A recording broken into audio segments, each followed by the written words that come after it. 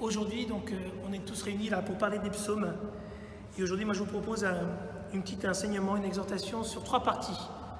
D'abord, on va voir dans la première partie l'histoire des psaumes, d'où ils viennent, qui les a écrits. Dans la deuxième partie, on essaiera de voir effectivement que les psaumes, c'est une prière. Bien évidemment, on connaît tous les psaumes, on les chante, on les prie. Et on va voir que c'est vraiment un dialogue qu'il y a entre l'homme et Dieu. Et puis dans la dernière partie, on va essayer de faire le lien entre les psaumes, qui sont dans l'Ancien Testament, avec le Nouveau Testament. Et on va voir effectivement quel est le lien entre les psaumes avec Jésus, Marie et Joseph. Alors voilà, donc l'histoire des psaumes. Donc depuis le roi David jusqu'à la venue du Messie, les psaumes, les livres saints contiennent des textes qui témoignent de cette prière pour soi-même ou pour les autres, ce qu'on appelle les psaumes ou les louanges. Alors il y en a 150, avec certains vieux de 3000 ans. Les psaumes nourrissent et expriment la prière du peuple de Dieu à travers des actions de grâce, des supplications, des louanges et bien d'autres. Lus ou chantés en hébreu à la synagogue, en grec ou en latin dans les églises, ils rappellent non seulement les événements sauveurs du passé, mais aussi les promesses de Dieu déjà réalisées. Le livre des psaumes est comme un trésor, un véritable chef-d'œuvre de la prière qui est présent dans l'Ancien Testament. Alors contrairement aux idées reçues, 73 seulement sont attribués au roi David, l'autre moitié à une dizaine d'autres auteurs. Alors tout le monde connaît l'histoire de David, ce petit berger devenu roi d'Israël pour sa victoire contre le géant Goliath, qu'on verra dans quelques instants dans les images. Et puis, mais savions-nous aussi que David était aussi compositeur et musicien, puisqu'il était connu comme le chantre d'Israël, donc il chantait beaucoup. Effectivement, David chantait des psaumes en louant le Seigneur. Alors vous allez voir aussi dans quelques instants, il est représenté avec une harpe. Vous allez voir quelqu'un avec une harpe, c'est le roi David que je vous ai mis sur la photo. Alors effectivement, les psaumes ont plusieurs formes, des hymnes, des chants de foi ou de louanges, des enseignements, mais aussi des complaintes individuelles ou collectives. Les versets sont plutôt courts, faciles à retenir, puis nous aident à prier donc le Seigneur et le louer de manière très simple. Et ce, dans toutes nos situations du quotidien, dans la joie, dans la peine, dans la maladie, la détresse, le remerciement, la louange. Surgit du plus profond l'expérience de ce roi prophète, le roi David, eh bien les psaumes nous sont transmis pour que nous aussi, nous osions dire à Dieu ce qui habite notre cœur. Ces paroles, jaillies du cœur de l'homme, sont insérées dans le livre de la parole de Dieu. Ces fruits précieux de la tradition hébraïque demeure toujours vivant aujourd'hui pour tous ceux qui le désirent, et ce jusqu'à la fin des temps. Priés et accomplis parfaitement par le Christ, les psaumes demeurent ainsi essentiels à la prière de l'Église. Quelques éléments que vous pouvez retrouver dans le catéchisme de l'Église catholique, dans les parties 2585 à 2589. Alors les psaumes, ce dialogue qu'on va établir entre nous et Dieu. Alors vous en doutez, hein, Jésus et Marie, eux aussi, chantaient et priaient les psaumes. Bien, tout simplement parce que, comme tout bon Israélite, cela fait partie de leur histoire, de leur ancêtre, puisqu'ils sont descendants du roi David. Mais on le voit aussi parce que, on le voit aussi dans les paroles de Marie et de Jésus. Alors dans Marie, on le voit dans le Magnificat, où Jésus encore dans ses dernières paroles sur la croix. Le fait de savoir que Jésus lui-même a prié avec ces textes explique ainsi l'enracinement de la pratique chrétienne dans ce livre de la Bible juive.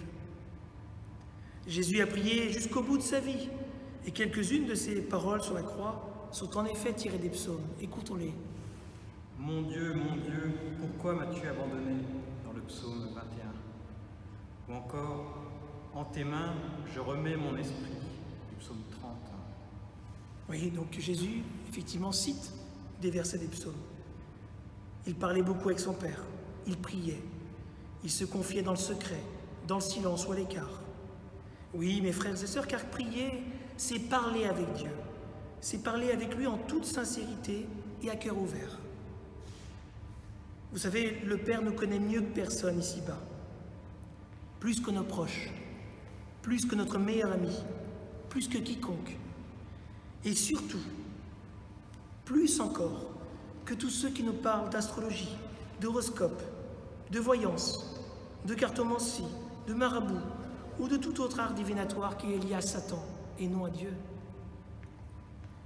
La Bible nous avertit clairement sur ces dérives spirituelles et Jésus nous exhorte à ne pas nous soucier du lendemain, de quoi nous allons manger ou nous vêtir, et nous rappeler surtout de ne considérer ici-bas personne en tant que père ou maître. Matthieu chapitre 23 nous dit « Ne donnez à personne sur terre le nom de Père, car vous n'avez qu'un seul Père, celui qui est aux cieux. » Oui, mes frères, très belle parole de Jésus qui nous invite toujours à nous diriger plutôt vers le Père des cieux. Ne nous perdons pas, je vous en supplie, mes frères, à confier nos soucis et nos problèmes à n'importe qui, surtout à des personnes mal intentionnées ou à des charlatans. Ce sont nos âmes qui sont en jeu. Écoutons et obéissons uniquement à Jésus. Faites tout ce qu'il vous dira, nous rappellerait Marie. Entamons ainsi ce dialogue intime et personnel avec Dieu. N'ayons pas peur de lui parler en tête à tête. Ne lui cachons rien. Soyons transparents et vrais, à la fois avec nous-mêmes et avec lui. Malheureusement, il nous arrive parfois d'être hypocrites ou malicieux entre nous. Demandons au Seigneur cette grâce de nous aider à ne pas tomber dans ce piège, et surtout avec lui, car nous ne pouvons tromper Dieu. Le psalmiste nous le partage en disant que Dieu scrute les reins et sonde les cœurs, qu'il connaît toutes nos pensées. Soyons nous-mêmes, mes frères et sœurs, car le plus essentiel, ce qui loue Dieu, c'est que nous vivions en sa présence, en dialogue avec lui. Dans la nuit, je me souviens de toi, et je reste des heures à te parler. Le psaume 62. Oui, comme le psalmiste, mes frères et sœurs, passons des moments à discuter avec Dieu. Utilisons nos propres mots, osons lui crier nos angoisses, nos révoltes, l'appeler au secours, lui partager nos joies, nos succès, nos projets, mais aussi nos peurs, nos inquiétudes, lui confier des personnes que nous aimons, ou encore nos ennemis, nos maladies ou encore nos péchés. Écoute, Seigneur, car je suis pauvre et malheureux. Dans le psaume 85. Ou encore, accablé, prostré, à bout de force, tout le jour j'avance dans le noir. Dans le psaume 37. Et aussi, dans le psaume 61, comptez sur lui en tout temps, vous le peuple.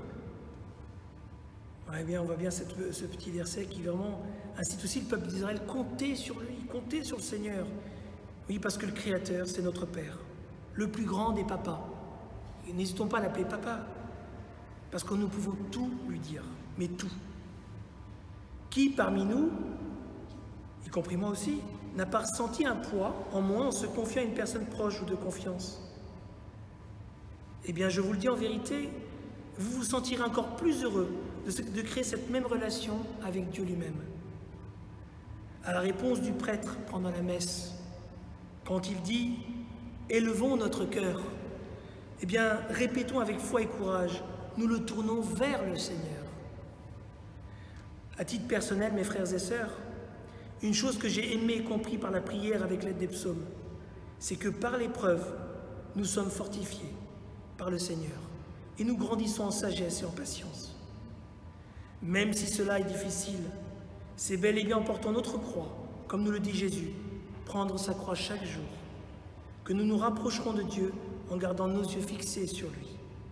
Lui qui est tout-puissant, qui sait et voit tout, qui est juste et fidèle, qui ne nous oubliera pas, car dans le secret, il est là à attendre notre oui pour agir.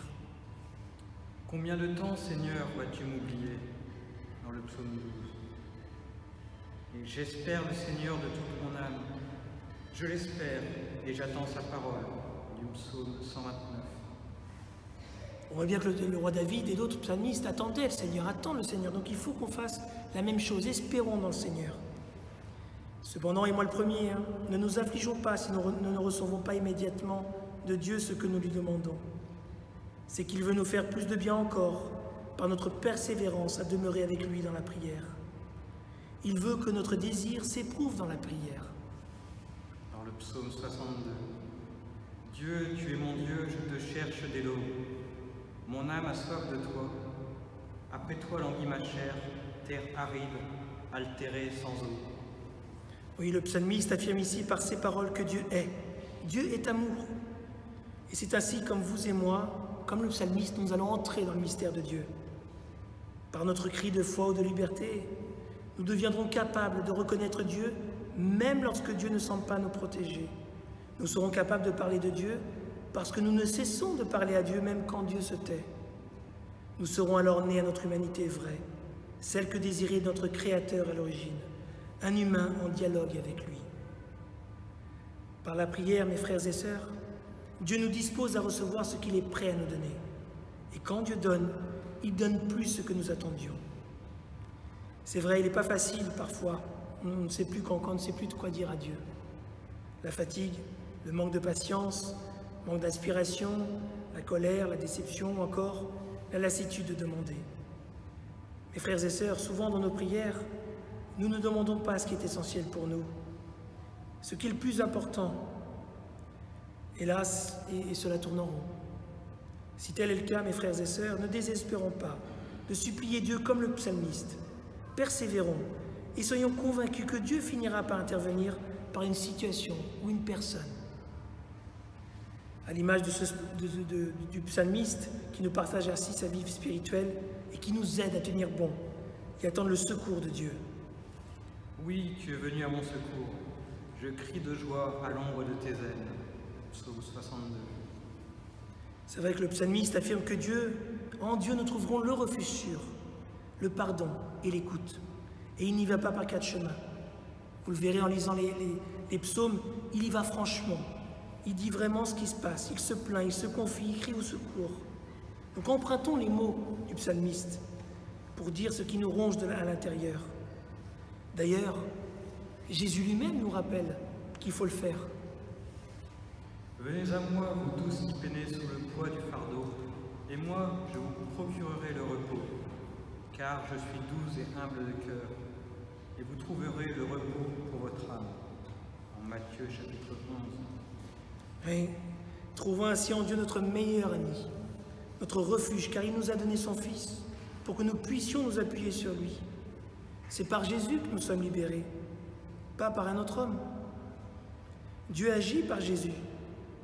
Quand le prêtre lève la Sainte Eucharistie, le Saint Calice, il dit « Par lui, avec lui et en lui, à toi Dieu le Père Tout-Puissant ».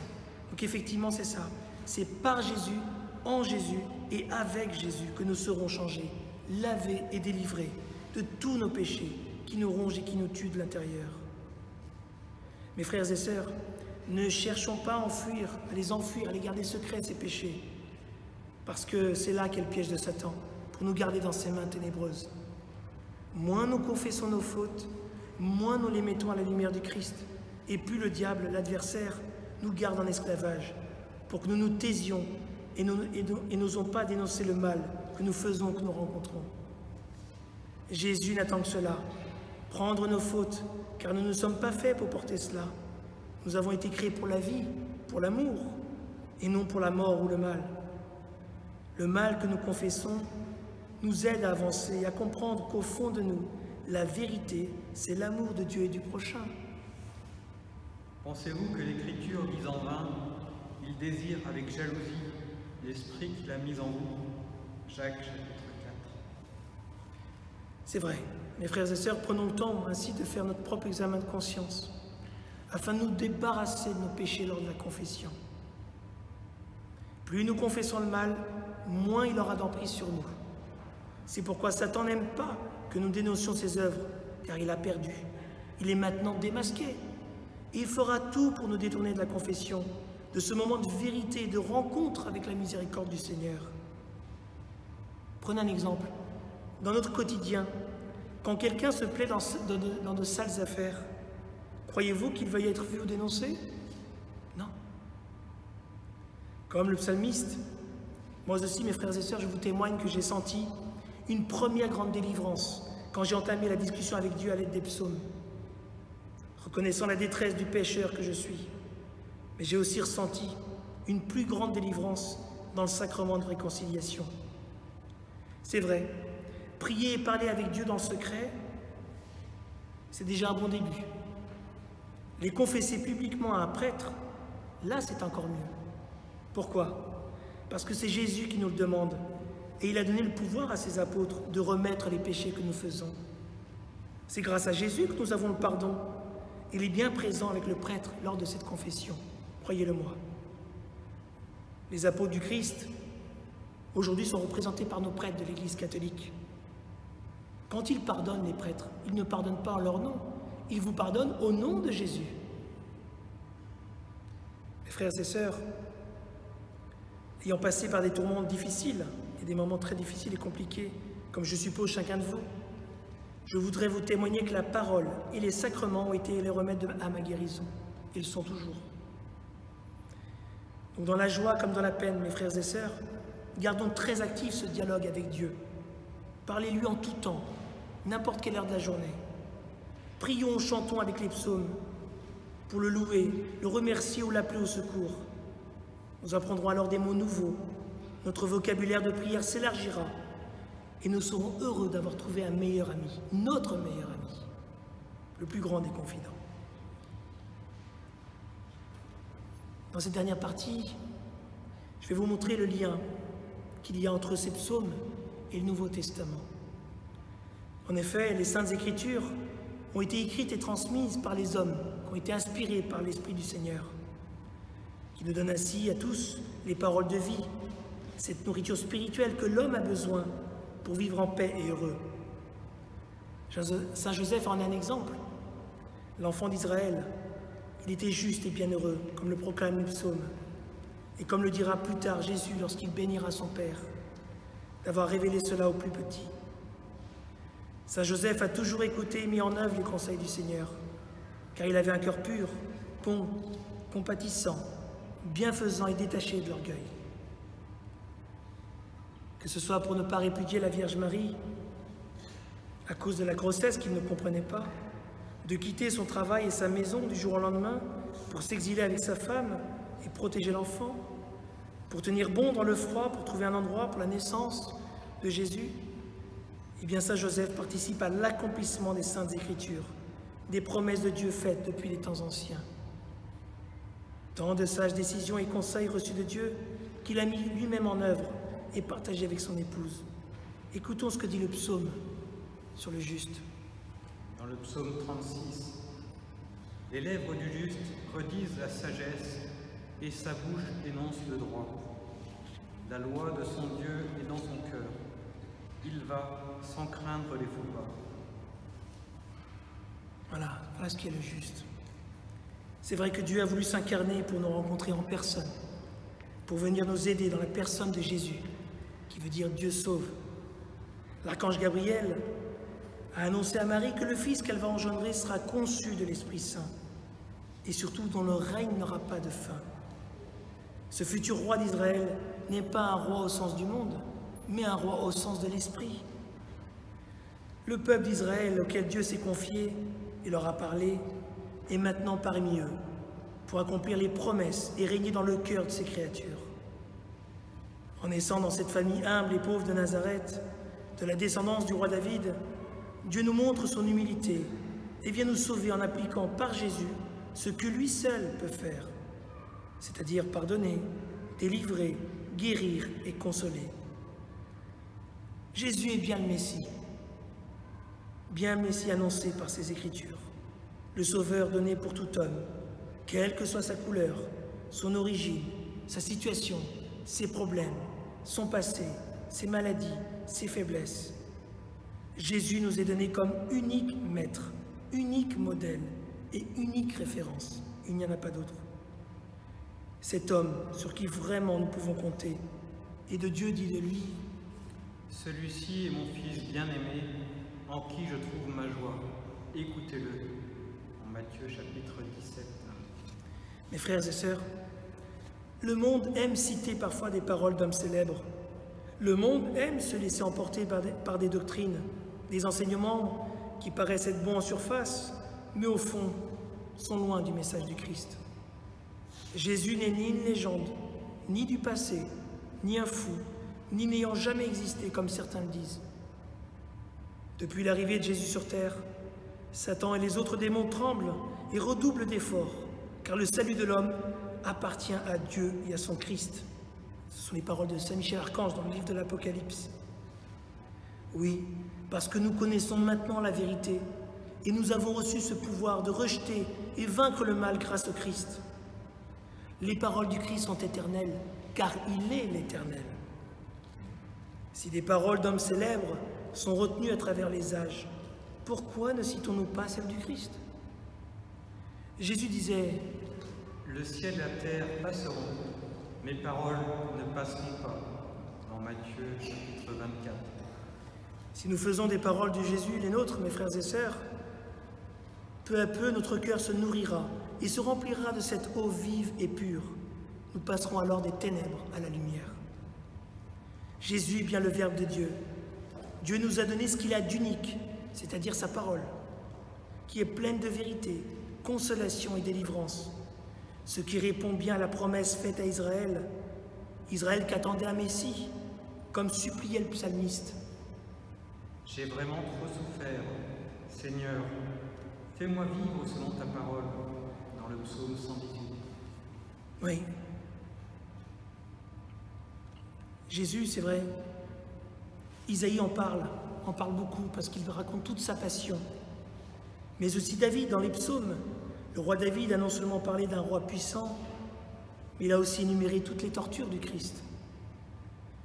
Mes frères et sœurs, Jésus, par ses paroles de Verbe immolé, est venu accomplir et non abolir la loi.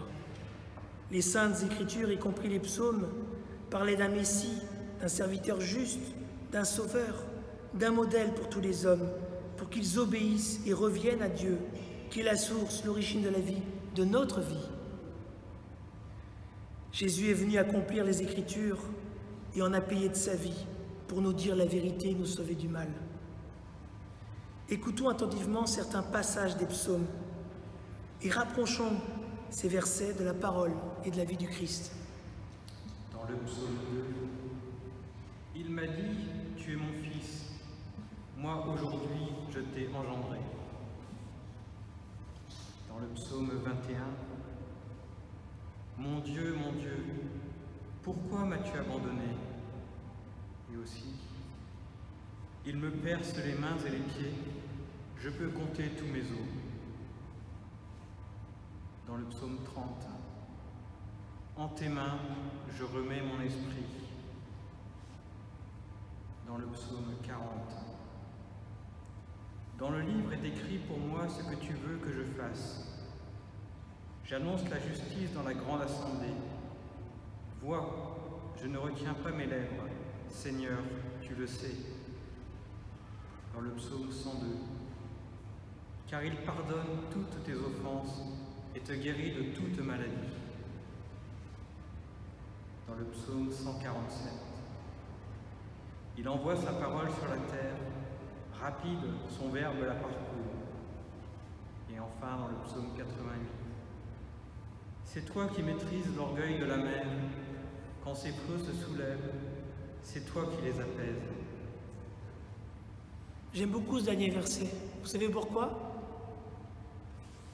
Est-ce que parmi vous, quelqu'un peut me faire un rapprochement avec le Nouveau Testament? Je répète le psaume 88 ou Béligne, vas-y. C'est toi qui maîtrises l'orgueil de la mer, quand ses flots se soulèvent, c'est toi qui les apaises. Donc le roi David, avec les autres psalmistes, parlait à travers ces psaumes la puissance de Dieu, ce qu'il pourrait faire. Ça vous rappelle rien ce passage? Écoutons ce que dit Marc au chapitre 4. Réveillé, il menaça le vent et dit à la mer, « Silence, tais-toi !» Le vent tomba et se fit un grand calme. Jésus leur dit, « Pourquoi êtes-vous si craintifs? N'avez-vous pas encore la foi ?» Vous voyez un peu l'accomplissement des Écritures. C'est comme si Jésus regardait ses disciples, ses apôtres en disant « Regardez, j'accomplis ce que disaient les Saintes Écritures de moi. » Pour terminer ce temps de partage, mes frères et sœurs, et pour vous donner cette envie de découvrir les psaumes, en voir leur beauté, eh bien cette fois-ci je vais vous proposer d'écouter le Magnificat de la Vierge Marie, en le rapprochant de certains versets des psaumes, auxquels peut-être Notre-Dame y fait sans doute référence. Oui, parce que la Vierge Marie connaît très bien les Saintes Écritures, et vous allez comprendre pourquoi, avec ce Magnificat que j'appelle un peu version psaume. Mon âme exalte le Seigneur, exulte mon esprit en Dieu mon Sauveur. Dans le psaume 33, magnifiez avec moi le Seigneur, exaltons tous ensemble son nom. Dans le psaume 117, tu es mon Dieu, je te rends grâce, mon Dieu, je t'exalte. Il s'est penché sur son humble servante, désormais tous les âges me diront bienheureuse. Le psaume 144, d'âge en âge, on vantera tes œuvres, on proclamera tes exploits. Et le psaume 146, le Seigneur élève les humbles. Le puissant fit pour moi des merveilles, saint est son nom. Tiré du psaume 85. Car tu es grand et tu fais des merveilles, toi Dieu, le seul. Et le psaume 98. Il proclame ton nom, grand et redoutable, car il est saint. Sa miséricorde s'étend d'âge en âge sur ceux qui le craignent. Du psaume 102. Comme la tendresse du Père pour ses fils, la tendresse du Seigneur pour qui le craint. Déployant la force de son bras, il disperse les superbes, il renverse les puissants de leur trône, il élève les humbles. Deux passages du psaume 137. Si je marche au milieu des angoisses, tu me fais vivre. Ta main s'abat sur mes ennemis en colère. Et plus loin. Si haut que soit le Seigneur, il voit le plus humble. De loin, il reconnaît l'orgueilleux. Il comble de bien les affamés, renvoie les riches les mains vides. Psaume 71. Il délivrera le pauvre qui appelle et le malheureux sans secours. Il relève Israël, son serviteur, il se souvient de son amour. Du psaume 105. Il se souvient de son alliance avec eux, dans son amour fidèle, il se ravise. De la promesse faite à nos pères en faveur d'Abraham et de Sarah, de sa descendance à jamais. Dans le psaume 104, il s'est toujours souvenu de son alliance, parole édictée pour 1000 générations, promesse faite à Abraham, alliance éternelle pour Israël. Amen.